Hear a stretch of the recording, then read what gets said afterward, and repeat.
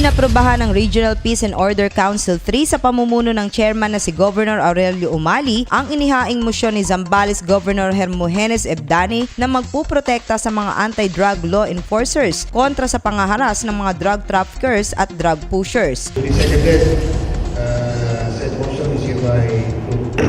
Layunin nito na matulungan ang mga tagapagpatupad ng batas laban sa harassment ng mga nahuhuling violators tulad ng pagsasampa ng kaso sa mga pulis na nakakahuli ng mga malalaking drug personalities gaya ng mga politiko. Kaya importante aniya na makabuo ng mga panukala ang RPOC para protektahan ang mga anti-drug officers na kadalasang kinakasuhan ng extortion ng mga lumalabag sa batas para lang makaligtas.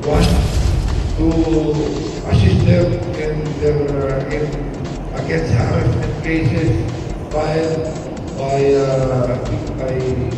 violators, by drug violators.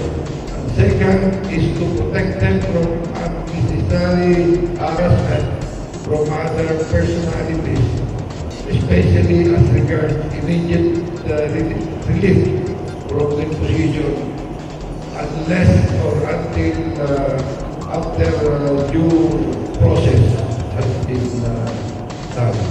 Kailangan umanong gumawa ng hakbang ang RPOC upang alisin ang ganitong sistema dahil kung pababayaan ito ay baka wala nang manghuli ng mga drug traffickers at drug pushers. We will also require the DILG to put up a team to look into so that we can proceed from the motion of Senate Group by the Council.